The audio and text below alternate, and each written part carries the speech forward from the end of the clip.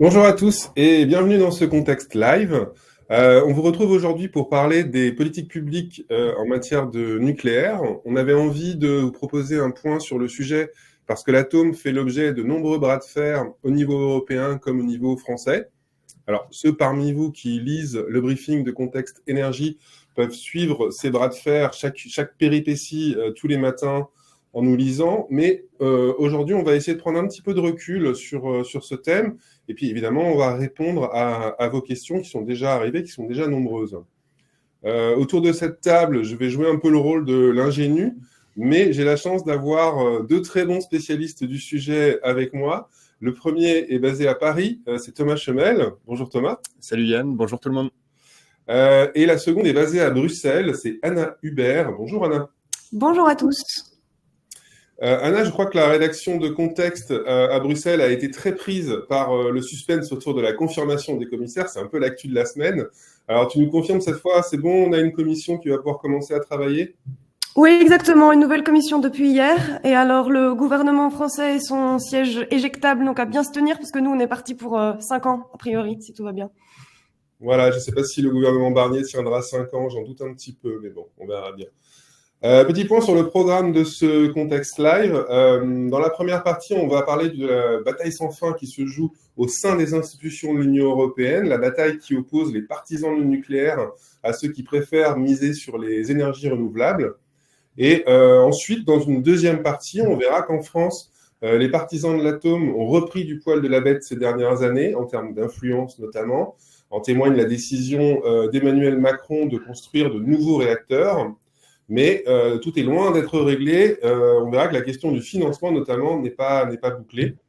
Et puis, dans une troisième partie, on va parler du sujet qui est à la fois le plus technique, mais aussi le plus brûlant.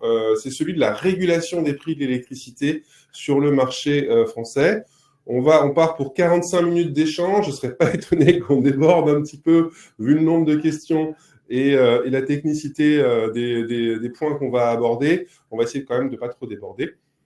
En ce qui vous concerne, vous pouvez à tout moment poser vos questions directement dans l'espace chat. Nous y répondrons en direct.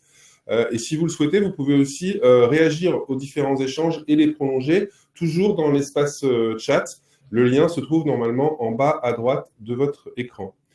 Comme promis, on commence avec toi, Anna, pour parler de l'affrontement récurrent au sujet du nucléaire à Bruxelles. Alors, pour illustrer ça, on a une infographie à vous montrer, infographie sur laquelle on avait travaillé ensemble, Anna, et qui est parue au printemps. Samuel va vous la faire défiler. Elle montre qui est influent dans le débat pour ou anti-nucléaire. Et puis, on avait fait 3 sections. Les États membres d'abord, les personnes influentes et évidemment les lobbies. Anna, tu nous fais une petite visite guidée ? Oui, en fait, les grandes tendances n'ont pas changé.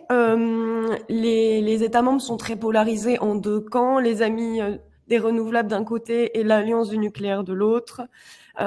Si on commence par les États membres, on peut quand même imaginer quelques évolutions au cours de ce mandat-là qu'on commence à voir.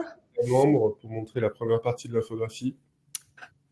Par exemple, je dirais que le Luxembourg et l'Autriche, qui sont des pays traditionnellement anti-nucléaires, pas seulement pro-renouvelables, mais anti-nucléaires, seront, on peut imaginer, de moins en moins vocaux. D'ailleurs, ils commencent à l'être pour ce qui est du Luxembourg, parce que leurs gouvernements ont changé. Et donc, on peut imaginer qu'ils seront beaucoup moins fer de lance de cette alliance des amis du renouvelable. Ça, c'est pour les changements. Pareil, quelques évolutions sûrement au niveau des personnalités. Teresa Ribera est déjà dans l'infographie, mais évidemment son rôle et sûrement son influence vont évoluer. Elle n'est plus maintenant ministre espagnole, mais première vice-présidente de la Commission européenne. Elle garde sa posture anti-nucléaire. Enfin, on va y revenir, mais peut-être qu'elle aura l'obligation d'être un peu plus neutre et mesurée dans ses propos sur l'atome. On pourra aussi imaginer que le commissaire Jorgensen, le commissaire à l'énergie, fait son entrée, et peut-être aussi des nouveaux eurodéputés. On pense à l'extrême droite qui va être très influente pendant ce mandat. En tout cas, c'est ce qu'on peut imaginer et qui est traditionnellement plutôt pro-nucléaire. Et puis côté lobby, j'ai l'impression qu'on est en train de voir quand même une montée en puissance du lobby nucléaire Europe, en tout cas qui se restructure. Et il faudra voir si ça a des effets en termes justement d'influence de lobbying. Peut-être qu'aussi l'alliance des petits réacteurs nucléaires, des SMR, pourrait faire son entrée dans ce graphique si cette alliance industrielle qui a été mise en place en début 2024 a vraiment abouti vraiment à des résultats concrets. Alors, on l'a vu passer dans notre infographie, c'est un des poids lourds de cette commission, l'Espagnole Teresa Ribera. Elle est vice-présidente exécutive et il y a beaucoup de commentaires sur ses positions anti-nucléaires par le passé. Oui, Teresa Ribera, elle est bien connue des Français, des pro et des anti-nucléaires. Elle est connue notamment pour s'être, on va dire, opposée à la France et à ses alliés sur certains dossiers un peu clés. Je pense à la directive énergie renouvelable, dans laquelle la France voulait faire voulait ajouter des mentions à l'énergie bas carbone, avoir peut-être un tarif un peu spécial pour les pays qui ont un mix très décarboné. Et ça, c'est des dossiers sur lesquels Teresa Ribera s'est plutôt opposée à la France, sur l'hydrogène vert aussi. La question à 1000 € maintenant, c'est de savoir si elle va garder cette posture en tant que première vice-présidente de la Commission européenne, comment elle va agir sur ce sujet, quelle neutralité elle va apporter. Elle assure, et elle nous assurait encore, elle assurait encore à Contexte en septembre qu'elle était vraiment dans la recherche du compromis. Elle donnait pour exemple ce qu'elle a fait pendant la présidence espagnole du Conseil fin 2023, où elle a notamment mené les négociations sur la révision du marché de l'électricité européen, où il était beaucoup question de nucléaire, de contrat pour la différence sur le nucléaire, et où elle explique qu'elle a su entendre la voix de la France qui portait ses intérêts nucléaires, et que ça peut être vu comme un gage de son bon état d'esprit, en tout cas de son état d'esprit d'ouverture. Voilà, et sous Teresa Ribera, il y a un Danois, Dan Jorgensen, plutôt jovial de caractère, ai-je lu dans Contexte, mais pas forcément convaincu par l'intérêt de l'atome non plus. Oui, lui, historiquement, c'est donc un ministre du climat, de l'énergie au Danemark. Historiquement, il s'est opposé à, par exemple, l'inclusion du nucléaire dans la taxonomie. C'était l'un des signataires de ces courriers. Il explique en fait, c'est moins lui que finalement en fait le Danemark et l'histoire de son pays qui n'est pas du tout qui n'a pas d'intérêt pro-nucléaire historiquement. On le dit pragmatique. Donc les pro-nucléaires espèrent qu'il sera lui aussi plus neutre, qu'il mettra un peu d'eau dans son vin. Il a un peu donné des gages pendant son audition parlementaire, contrairement à Teresa Ribera, qui est restée très floue. Lui est resté vague aussi, mais il a donné quelques gages. Il a indiqué que, par exemple, le nucléaire serait intégré dans le plan d'investissement propre. Donc, c'est un plan d'investissement avec des capitaux privés. Hein. On ne parle pas d'argent public pour le nucléaire pour l'instant, d'argent public européen. Mais voilà ce qu'il a dit. Il a également parlé de la révision du PINC, qui est un programme d'évaluation des besoins d'investissement dans les projets nucléaires.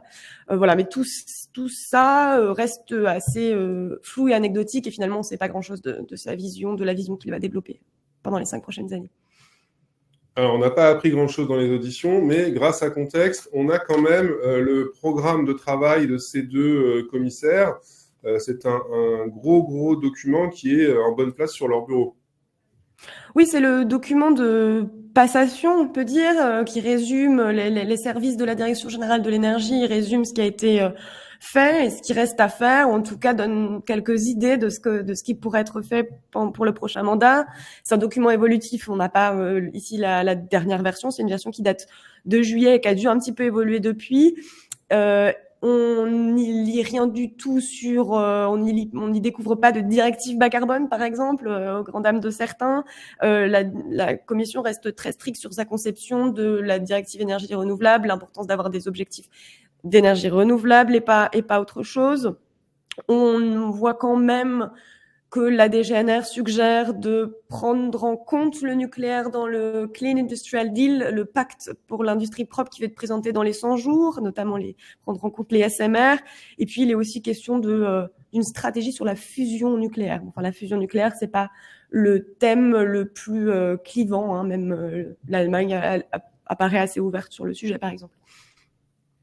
Alors, avant de parler des textes, on va parler des mots, parce qu'à Bruxelles, on se base souvent autour des mots-clés ou des expressions clés.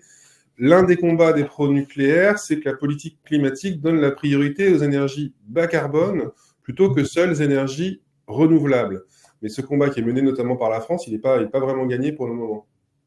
Oui, depuis 2-3 ans, on voit un retour en grâce du nucléaire, hein, on l'a dit 1000 fois, au niveau européen. Et souvent, ce terme nucléaire se cache derrière la multiplication de cette formule que tu viens d'évoquer, le bas carbone, qui permet de mettre dans un même paquet renouvelable et nucléaire, en fait. Et pour les antinucléaires, c'est faux, c'est pas possible, puisque le traité sur le fonctionnement de l'Union européenne permet à l'Union européenne d'agir sur des domaines très précis, notamment les ENR, mais ne mentionne pas le nucléaire.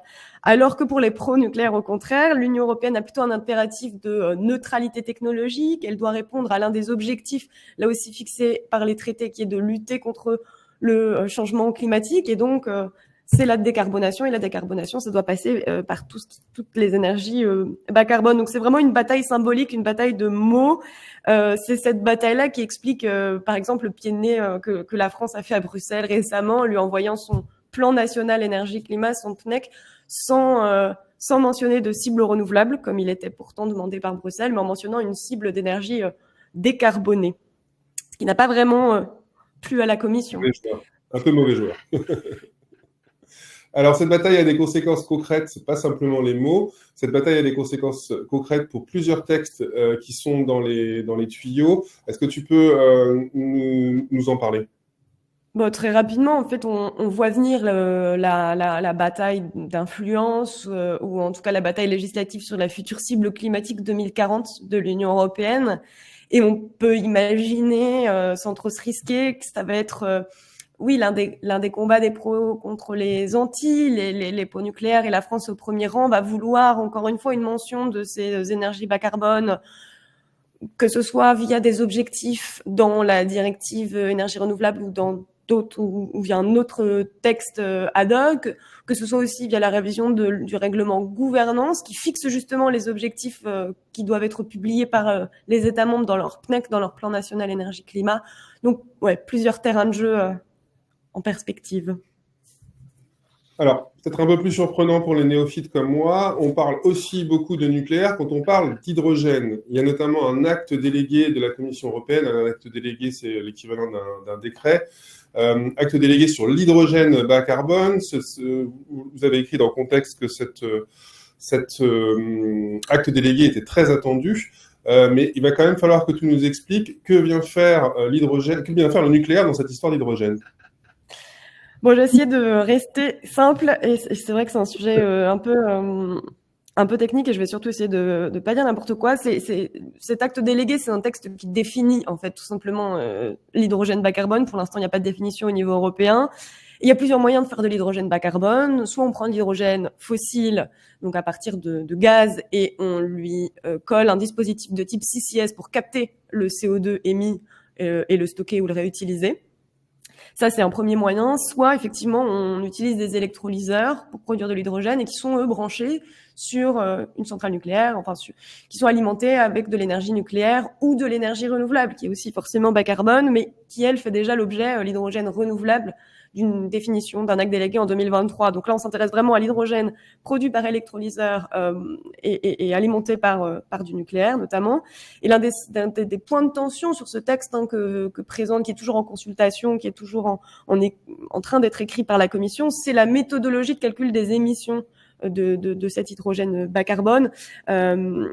Et pour l'heure, la Commission ne veut pas d'une méthode qui soit sur mesure, qui permette à l'hydrogène nucléaire de se voir attribuer les émissions de la centrale qui l'alimente, soit directement, soit qui l'alimente par le biais parce qu'un contrat d'achat a été signé, ce qu'on appelle un PPA, un contrat d'achat a été signé entre un producteur d'énergie et un consommateur, en l'occurrence l'électrolyseur. Toutes les méthodes proposées par la Commission pour l'instant font référence au mix global d'un pays, au mix de son réseau dans son ensemble, et ça ne permet pas donc d'afficher des niveaux d'émissions suffisamment bas pour refléter la réalité, dirait France Hydrogène, ou voilà, dirait la France, ou en tout cas les partisans de cette meilleure prise en compte des PPA ou des connexions directes dans le calcul des émissions de l'hydrogène nucléaire. Eux font valoir que l'hydrogène vert, l'hydrogène produit à partir de renouvelables, lui a un acte délégué qui prend en compte ces connexions directes avec une centrale renouvelable, avec une fourniture d'énergie renouvelable qui prend en compte ces PPA. Donc il s'agirait pour les plus critiques de ce texte d'une sorte de rupture d'égalité, en tout cas d'une rupture du principe de neutralité technologique, puisqu'on n'applique pas les mêmes règles à ces deux types d'énergie, à ces deux sources d'énergie. Merci pour ces précisions. On va prendre une première série de questions. Florian nous demandait quels sont les équilibres au Parlement européen aujourd'hui entre pro-nucléaire et ceux moins favorables, voire carrément anti-nucléaires. C'est vrai qu'on a un nouveau Parlement européen, donc peut-être que ça a bougé. Oui, ça risque de bouger. On a encore un petit peu de mal à savoir où vont atterrir les équilibres finaux, mais on peut voir, par exemple, que lors de très récemment, des discussions sur une résolution pour la COP29, par exemple, les pro-nucléaires ont réussi à faire insérer une mention des énergies bas carbone à côté des énergies renouvelables. Ça peut paraître symbolique, mais ça donne quand même un peu le sens du vent. On se rend compte que, bien, on l'a dit, il y a de plus en plus d'élus d'extrême droite qui sont des élus traditionnellement favorables au nucléaire. On se rend compte aussi que le groupe des Verts a perdu quelques plumes après les élections. Or, c'est l'un des groupes les plus cohérents sur beaucoup de questions en matière d'énergie-climat, mais notamment sur cette question du nucléaire. C'est souvent une question qui divise au sein des groupes. Chez les Verts, non, c'était vraiment le groupe très cohérent sur le sujet. Or, il perd des plumes. Donc, on voit bien que là, ça va changer les équilibres. La question, pour beaucoup, on imagine, sera de savoir, je pense à des élus Renew, des élus du SND pro-nucléaire, est-ce qu'on soutient des amendements de l'extrême droite parce que, en fait, c'est quand même des amendements pro-nucléaires. Donc, je pense que beaucoup de questions vont se poser là. À quel point est-ce qu'on est suffisamment sûr de vouloir défendre notre idée au point de soutenir un amendement porté par les groupes d'extrême droite. Ça va être, je pense, une question qui va se poser pour beaucoup d'élus. Alors, Lorelai Limousin nous demande, elle, pensez-vous que la nouvelle Commission européenne va résister au lobbying intéressé de la France et s'en tenir aux faits? Le nucléaire est polluant, cher et trop lent pour répondre à l'urgence climatique. On voit de quel côté penche Lorelai Limousin, mais sur cette résistance ou non de la Commission européenne? C'est difficile à dire. C'est sûr que le lobby côté Parlement et côté Conseil sera peut-être plus intense que ce qu'on a vu dans les 5 dernières années, parce qu'il y a une majorité qui est un peu plus claire, je dirais, en tout cas aujourd'hui, à l'heure où on se parle, en faveur du nucléaire dans les deux institutions. Au Conseil, c'est encore à confirmer. Les signaux sont pas toujours très cohérents, mais effectivement, la Commission va devoir suivre, même si sa proposition initiale n'est pas forcément pro-nucléaire, elle va devoir s'adapter et effectivement prendre les amendements venant de ces deux institutions. Maintenant, quand on connaît la personnalité un petit peu de Teresa Ribera, c'est pas le genre de personne qui va se dédire complètement, en tout cas c'est mon impression, et qui va revenir sur 40 ans de conviction en matière d'énergie et sur ses principes. Donc je pense que ça va être la Commission va marcher sur des braises sur ce sujet et je pense que le point de l'équilibre, le point d'arrivée à la fin va être un mélange entre les convictions des deux commissaires principaux qui sont quand même pas très pro-nucléaires et puis le lobbying un peu plus pro-nucléaire du côté des co-législateurs. Il va falloir trouver un juste milieu à ce niveau-là. En tout cas, pour l'instant, il n'y a pas de signaux, ni dans les auditions, ni dans le briefing book qu'on a mentionné tout à l'heure, d'une révolution copernicienne en matière de nucléaire dans la pensée de la Commission, quoi. Il n'y a pas de directive bas carbone, par exemple, comme l'avait évoqué un ancien commissaire français, Thierry Breton, par exemple. Merci pour toutes ces précisions. J'ai vu plusieurs questions arriver dans le chat, mais en fait, ce sont des problématiques qu'on va aborder maintenant avec Thomas. Donc, on ne vous a pas oublié et on va passer quand même à la deuxième partie de ce contexte live avec toi, Thomas. On va revenir en France où le nucléaire à la cote, on l'a bien compris. D'ailleurs, le président Emmanuel Macron a lancé un programme de nouveau nucléaire. Pour être bien clair, en plus, c'était une des questions qui était posée dans le chat. On parle de combien de nouveaux réacteurs, à quelle échéance et surtout à quel coût? Oui, bonjour à tous à nouveau. Pour l'heure, donc le gouvernement a commandé 6 réacteurs de type EPR2. Dans l'avant-projet de loi de souveraineté énergétique qui avait été déposé par Agnès Pannier-Runacher au début de l'année 2024, juste avant le remaniement, il était écrit que ça correspondait à peu près à 10 gigawatts de nouvelles capacités. Et ensuite, il y a 8 EPR2 supplémentaires qui sont encore à l'étude et qui, eux, représentent environ 13 gigawatts de capacité supplémentaire potentielle. Donc, pour l'heure, on se concentre sur les 6 premiers EPR2 qui seront construits par paire. Les sites ont déjà été choisis. Il s'agit de Penly, Bugey et Gravelines. Les travaux préparatoires à leur implantation à Penly ont même débuté en parallèle de l'instruction du dossier d'autorisation de création. Donc officiellement, l'objectif est toujours une coulée du premier béton en 2028 et une mise en service entre 2035 et 2037. On verra que voilà, le projet prend un petit peu de retard, mais à date, c'est les objectifs qui sont fixés. Et il reste le coût. Ah, et le coût, bah, ça, on va en parler un petit peu plus tard, mais à ce stade, comment dire, en 2021, il était estimé autour de 52 milliards d'euros. En milieu d'année, il y a des estimations qui ont fuité, qui tournent plus autour de 67 milliards. Et justement, là, EDF est censé fournir un devis final d'ici la fin de l'année. On peut imaginer que ce sera encore au-dessus. Et donc, bon, j'anticipe du coup la suite. Il y avait un comité de revue indépendant qui était chargé de challenger EDF justement sur son programme, qui a validé le basic design. Donc, c'est un peu les plans génériques des EPR2, ce qui a permis à EDF de se lancer dans la conception détaillée des bâtiments. Mais il y a encore plein de jalons à passer avant de parvenir, enfin d'arriver à la décision finale d'investissement qui est vraiment l'étape clé. Voilà, ça c'est l'étape clé et c'est pour bientôt. C'est plutôt courant 2025 qu'on attend cette décision de. Ouais, alors il y avait quand même une grosse alerte du comité de revue que je viens d'évoquer. C'est justement sur l'évaluation des coûts et du planning du programme. Jusqu'ici, EDF n'a pas été en mesure de fournir une évaluation robuste, et c'était un des gros points d'alerte de ce comité. Et donc, voilà, EDF est appelé à fournir ce devis et ce planning précis avant la fin de l'année pour qu'on puisse se projeter sur les prochaines échéances. Il y a un examen compliqué du budget 2025 de la loi de finances au Parlement en ce moment. Les finances publiques sont pas en bon état. Dans ces conditions, est-ce qu'il y a une recette magique pour lever tous ces milliards dont tu viens de parler et pour pouvoir construire ces réacteurs? Bah non, bien sûr, sinon ce serait trop simple. Cela dit, les discussions entre l'État et EDF progressent. Pour ceux qui ont lu le briefing ce matin, on comprend qu'il y a un cadre qui se dessine assez clairement.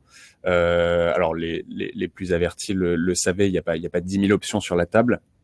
Maintenant, il faut quand même bien avoir en tête que quel que soit le montage financier retenu, faudra passer les fourches claudines de la Commission européenne au titre des aides d'État, tout simplement.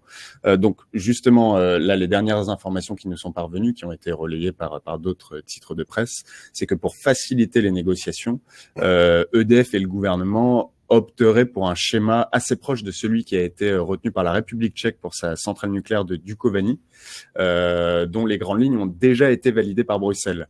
Donc ça consisterait en un prêt bonifié, une sorte de gros prêt à taux zéro couvrant la phase de construction des réacteurs, et ensuite un contrat pour différence, donc à prix garanti par l'État, pour la phase d'exploitation. Et donc après tout un mécanisme, tout un tas de mécanismes de protection contre les événements imprévus qui pourraient empêcher la conduite du programme.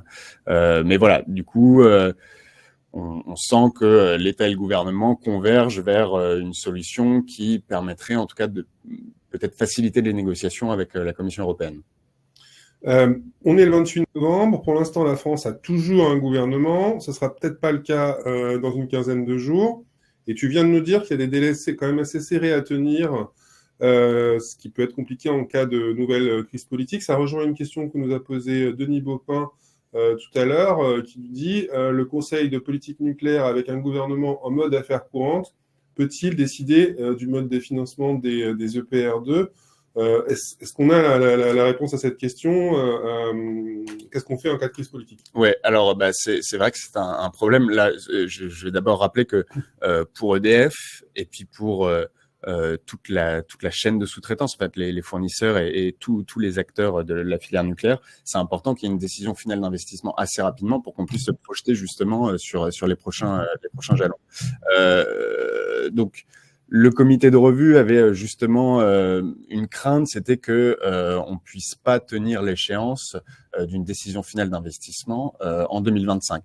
Elle avait même, enfin, ce comité avait même peur et souligné dans son rapport que il y avait une possibilité pour qu'on puisse pas tenir l'échéance de 2027, la présidentielle de 2027. Donc bon, ça faudra le voir dans les prochains mois comment ça avance. Et puis bon, comme tu le dis, à plus court terme, le débat budgétaire et l'instabilité politique ajoutent de l'incertitude sur le portage politique du programme, tout simplement.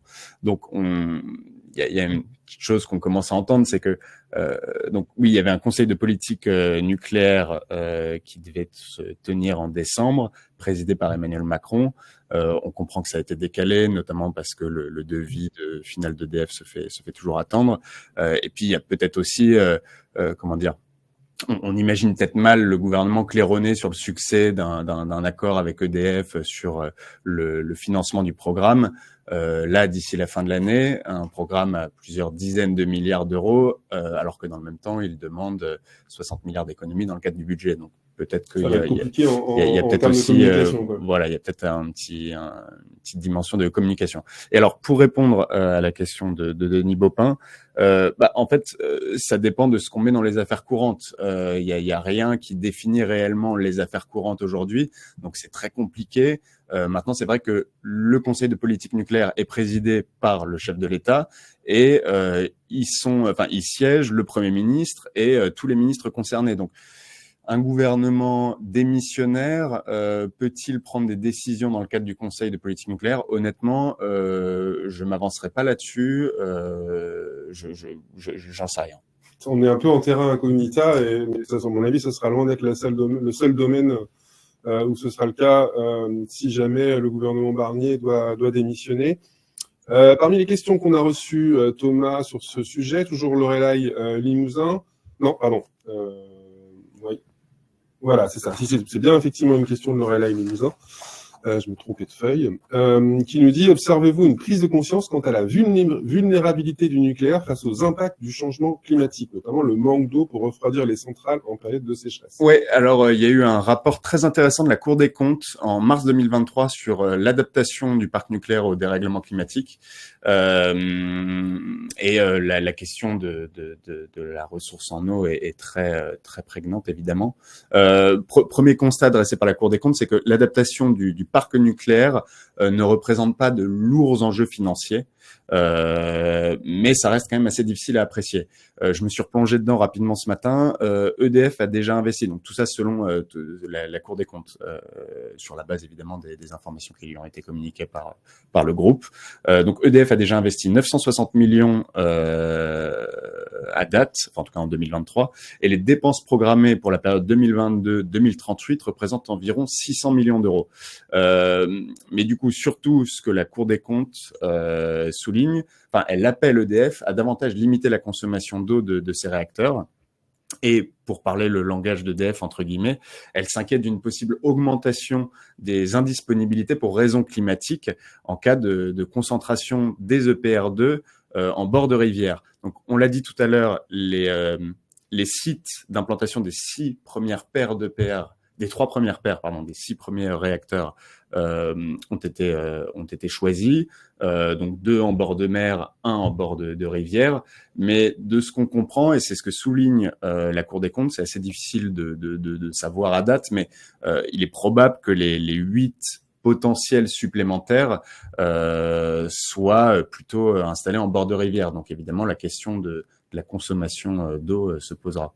Et si je peux juste ajouter au niveau européen, Yann, il y a un plan d'adaptation aussi au changement climatique qui va être mis sur la table. C'est une des priorités aussi du début du prochain mandat, et ça va être intéressant de voir si le nucléaire est davantage pris en compte qu'il ne l'était jusqu'ici. Je crois aussi que dans sa question, Lorelai évoquait aussi la prise en compte des risques de sécurité, et pensait notamment à la centrale de Zaporijia en Ukraine qui passe régulièrement sous le contrôle russe. Et c'est vrai que c'est intéressant de noter que les risques énormes de sécurité autour de la centrale de Zaporijia en Ukraine, donc suite à l'invasion russe, n'ont pas vraiment eu de conséquences dans le discours pro-nucléaire et dans le retour en grâce du nucléaire à l'échelle européenne. En fait, l'argument sécurité d'approvisionnement a vraiment prévalu et donc sortie du gaz a vraiment prévalu sur éventuellement ces risques en termes de sécurité et cette peur qu'on peut avoir autour de ce qui se passe à la centrale de Zaporijia. Alors, Anna, tu parles justement d'approvisionnement, et Mathieu Osterman avait une question à ce sujet. Évidemment, mon affichage vient de sauter. Il nous demandait, outre la reconnaissance du nucléaire pour la stratégie énergie-climat de l'UE, comment voyez-vous les sujets de sécurité d'approvisionnement, matières et combustibles être abordés par la prochaine commission? Il nous explique qu'il y a eu des questions d'élus à ce sujet et les réponses n'étaient pas les plus claires. Je vais encore renvoyer à ce fameux briefing book qui, encore une fois, n'est pas est un document qui est mouvant, le document de passation de la DGNR. Et la DGNR suggérait que le combustible nucléaire soit pour le combustible nucléaire russe, les importations soient taxées. En tout cas, qu'il y ait vraiment des actions concrètes pour réduire la dépendance de l'Union européenne au combustible nucléaire russe. Et ça, c'est aussi un point en fait qui est aussi revenu lors de discussions avec les 27 États membres au niveau des directions générales et des capitales dans un format un peu spécial de groupe d'experts sur la fin de la dépendance à la Russie. Il y a plusieurs États ont soulevé ce sujet du combustible nucléaire. Et l'autre sujet sur la table au niveau européen, c'est la révision de tout le cadre sur la sécurité d'approvisionnement en gaz et en électricité. Effectivement, là aussi, on entend parler que on entend des bruits selon lesquels l'uranium pourrait être concerné par la révision de ces textes, entrée en fait dans ces textes au prochain mandat. Petite question pour toi, Thomas. C'est Romain Garot qui demande, à ce stade, en dehors du discours de Belfort, je ne vois pas d'engagement ferme de l'État pour le financement du nouveau nucléaire. Est-ce bien le cas? Quelle forme pourrait prendre cet engagement formel? Effectivement, comment est-ce qu'on crante définitivement la construction de ces centrales? Alors justement, c'est ce que je disais tout à l'heure. En début d'année, il y avait des objectifs qui étaient fixés dans l'avant-projet de loi de souveraineté énergétique. Je peux peut-être vous partager le texte dans le chat. Je vais essayer de retrouver ça. Ce texte n'a jamais été présenté. Il me semble même pas qu'il ait été présenté en Conseil des ministres et pas au Parlement, évidemment. Donc, il faudra certainement un texte pour graver les objectifs dans le marbre. En attendant, le discours de Belfort est suffisant pour donner les orientations. Mais il faudra voir si oui, il faut un texte ou si simplement la PPE suffit à fixer les grands objectifs. Et une question un peu provocatrice d'Alexandre Dubreuil qui parle de la toute-puissance du lobbying dont dispose le nucléaire. Bon, ça, c'est son commentaire. Mais il dit, la question ne va-t-elle pas se résoudre elle-même et être rattrapée à la fois par la réalité financière? C'est vrai que les sommes que tu as commencé à parler et surtout l'augmentation de cette évaluation, elle est un peu vertigineuse parce qu'en plus, il s'agit de beaucoup de réacteurs d'un coup. Donc, rattrapée par la réalité financière et physique, on a déjà commencé à en parler avec le besoin en eau.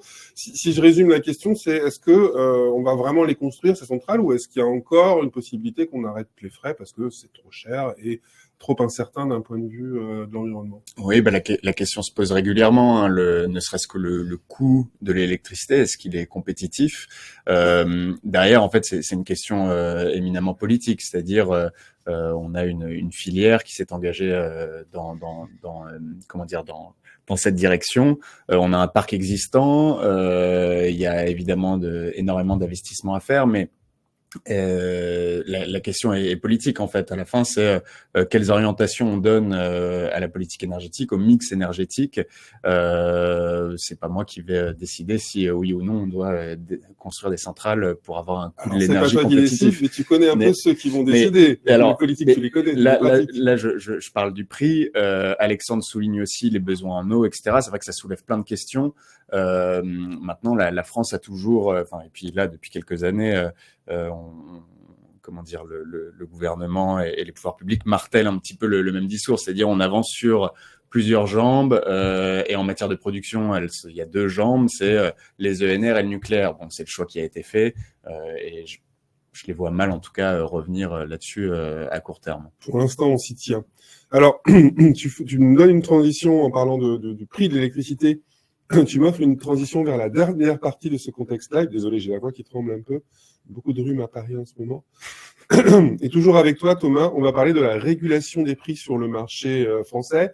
Je le disais en introduction, c'est le sujet chaud du moment pour contexte énergie. Alors, pour poser un peu le décor, l'idée, c'est qu'il y a un mécanisme de fixation des prix qui doit remplacer l'AREN, l'accès régulé à l'électricité nucléaire historique.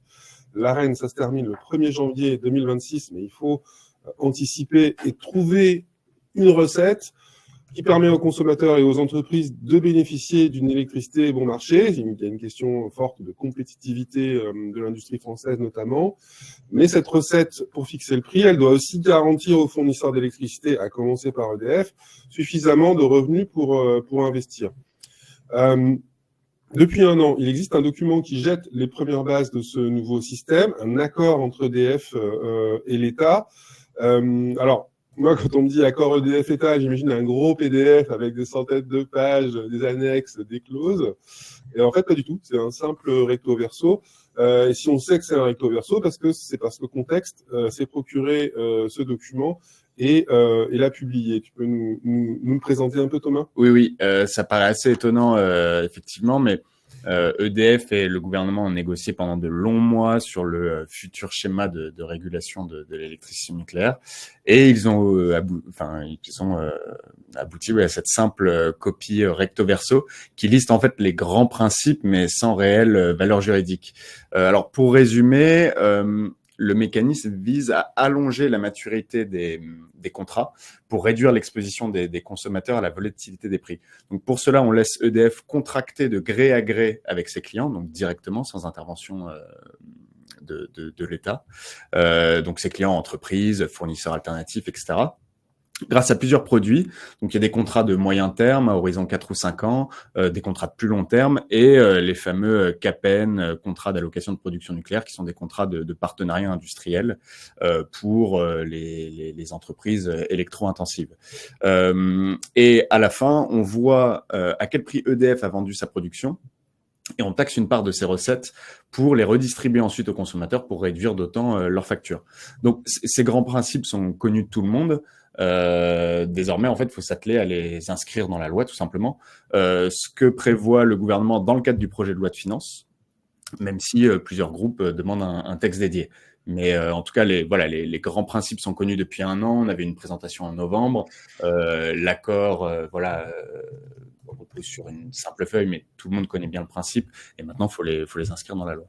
D'accord. Donc, le mot pour décrire ce fonctionnement, ai-je appris en vous lisant, c'est le tout marché. Donc, ce principe de tout marché est déjà en place pour les contrats après le 1er janvier 2026. La question évidente à poser, c'est est-ce que ça fonctionne ? Est-ce que le marché fonctionne correctement ? Ouais, c'est encore difficile à dire parce qu'il y a certains éléments de cet accord qui ont effectivement déjà été déployés, d'autres qui prennent un peu plus de temps. Dans une interview à Contexte, la présidente de la Commission de régulation de l'énergie, Emmanuelle Wargon, a dressé un constat plutôt positif, s'agissant en tout cas de la liquidité des marchés. Il y a de l'offre à 3, 4 ans, un petit peu moins à 5 pour l'instant. Ça signifie que les entreprises, les fournisseurs alternatifs parviennent à s'approvisionner à ces horizons. Donc là-dessus, du point de vue du régulateur, c'est OK. Néanmoins, les fournisseurs alternatifs continuent d'afficher leurs doutes quant à leur capacité à répliquer les prix d'EDF sur le plus long terme dans ce schéma. Parce qu'il ne faut pas oublier que un des éléments qui établit la réussite, en tout cas aux yeux du régulateur de ce mécanisme, c'est qu'actuellement les prix sont très bas. Seulement, lorsqu'ils remonteront, est-ce que les fournisseurs alternatifs, par exemple, pourront challenger EDF, challenger les offres d'EDF? Eux en doutent, et là-dessus, le régulateur n'a pas forcément apporté tant de réponses que ça. Ensuite, il y a évidemment le sujet le plus chaud, même si c'est peut-être celui qui concerne le moins de personnes, c'est celui des négociations entre EDF et les industriels. Là-dessus, il faut comprendre qu'il y a des enjeux colossaux de part et d'autre. Pour les industriels, le prix de l'électricité conditionne bien souvent leur compétitivité sur la scène internationale, y compris ce sont les fameux électro-intensifs. Voilà, c'est ça, ouais. Donc on peut citer le secteur de la chimie, de la scierie, etc. Et puis pour l'avenir, ça détermine aussi leur capacité à investir dans la décarbonation de leurs process. On a vu là récemment que ArcelorMittal reportait certains de ses investissements, certains de ses projets de décarbonation. Et puis de l'autre côté, pour EDF, le prix de vente de l'électricité conditionne aussi beaucoup de choses. Sa capacité à rembourser sa dette au passage, sa capacité à entretenir son parc, et puis sa capacité à investir dans le programme dont on a parlé juste avant, le programme EPR2. Donc tous ces enjeux, en plus, le gouvernement y tient énormément. Sont des sujets éminemment politiques qui embarquent tout un tas de questions de souveraineté, de compétitivité, d'emploi, de décarbonation de l'économie. Donc c'est une équation très très compliquée à résoudre. Alors, une autre façon de résoudre cette équation, une autre comparée au fameux accord EDF-État, c'est les CFD, les contrats pour la différence. Les CFD, on a déjà utilisé l'acronyme depuis tout à l'heure, on commence à l'utiliser. Ces contrats pour la différence, donc dédiés ces contrats pour la différence qui permettent donc d'acheter de l'électricité à l'avance. La France avait laissé tomber parce qu'EDF n'en voulait pas, c'est ça, mais le sujet revient. Oui, alors le sujet est revenu. Alors on a du mal à cerner si c'est vraiment une option qui est sérieusement remise sur la table ou si c'est plus un moyen de pression pour demander à EDF de faire un effort dans les négociations avec les industriels. Néanmoins, c'était une option qui était envisagée à la base, qui n'a pas été retenue aujourd'hui, voilà, on comprend que Bercy a chargé ses administrations de replancher sur cette option. Faut quand même rappeler que on est à la fin de l'année 2024. Tu l'as dit tout à l'heure, faut anticiper le 1er janvier 2026 et la fin de l'ARENE. Nous, ce que nous disent nos interlocuteurs, c'est que si on repartait sur l'option CFD, ça prendrait quand même pas mal de temps. Faudrait en fixer tous les paramètres, à commencer par le prix, et puis surtout, faudrait à nouveau aller négocier avec la Commission européenne, savoir si le mécanisme respecte les règles, quoi. Donc ça prendrait nécessairement du temps. Donc bon, pour l'instant, on a un peu du mal à imaginer ça. En tout cas, ça paraît presque impossible pour le 1er janvier 2026. On va prendre une dernière série de questions pour clore ce contexte live. Il y a beaucoup d'échanges sur le chat et je vois qu'Anna a aussi répondu à certaines questions. On a parlé des électro-intensifs et de la possibilité pour eux d'avoir de l'électricité à coût réduit via des contrats d'allocation de production nucléaire, des CAPN. Andreas Rudinger nous demande si ces CAPN sont respectueux du droit de la concurrence et des règles relatives aux aides d'État à l'énergie. Il nous dit qu'elle risque de voir les CAPN annulés pour des raisons juridiques à l'avenir. Eh bien, justement, c'est là aussi un des enjeux clés dans la négociation entre EDF et les industriels. EDF défend que selon la référence de coût de production qu'on prend, et donc le prix qui en découle dans les CAPN, en fait, ça pourrait être toqué par la Commission européenne parce que, pour schématiser, si on descend trop proche du coût de production, ça devient une aide d'État pour les industriels. Donc, c'est en tout cas un risque brandi par EDF.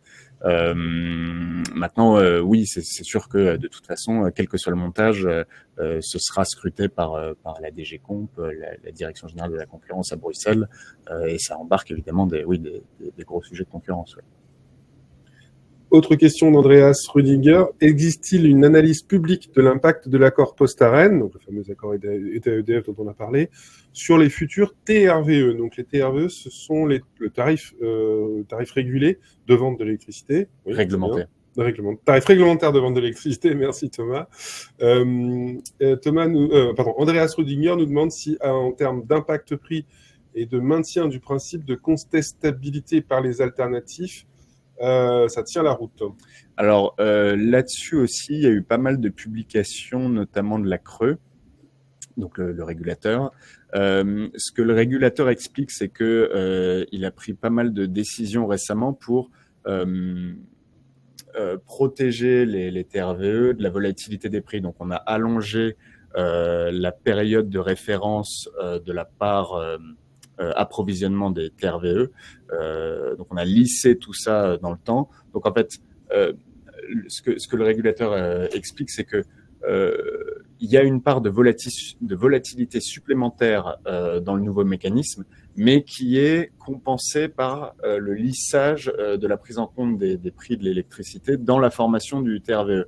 Donc, ce que le régulateur semble dire, c'est que on reste à peu près flat de ce point de vue-là. Après, sur la deuxième partie de la question, la contestabilité par les alternatives, c'est le point qu'on soulevait tout à l'heure, c'est-à-dire que pour l'instant, le régulateur dit il y a de la liquidité sur les marchés, ils peuvent faire des offres qui concurrencent celles d'EDF. La question se posera lorsque les prix remonteront. Autre question qui est tombée dans le chat. À moins qu'Anna, tu voulais intervenir? Non, je t'en prie. Alors, Romain Garot nous demande, le CFD pour le nucléaire historique a-t-il été exclu par l'accord État-EDF, le fameux recto verso, pour éviter toute imposition par la Commission européenne d'un projet Hercule bis pour EDF? Donc, projet Hercule, c'était un projet de créer plusieurs filiales pour le groupe EDF, projet qui a été mis de côté finalement. Alors, il nous dit, j'ai cru comprendre que la Commission européenne DG Concurrence avait accueilli très favorablement le schéma issu de l'accord de novembre 2003. Je ne sais pas si c'est Thomas ou Anna qui souhaite répondre là-dessus. Je peux commencer pour dire un mot. J'ai oublié le début de la question. Est-ce qu'on a évité de faire un CFD pour le nucléaire historique dans l'accord État-EDF pour éviter que la Commission européenne demande en échange un démantèlement d'EDF? Oui, c'était en tout cas la principale crainte d'EDF et raison pour laquelle eux appuyaient plus une logique de marché.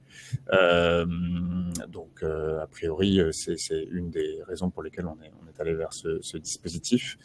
Et ensuite, pardon, en fait, j'arrive pas à retrouver la question dans le chat. Ah, tu avais une autre question?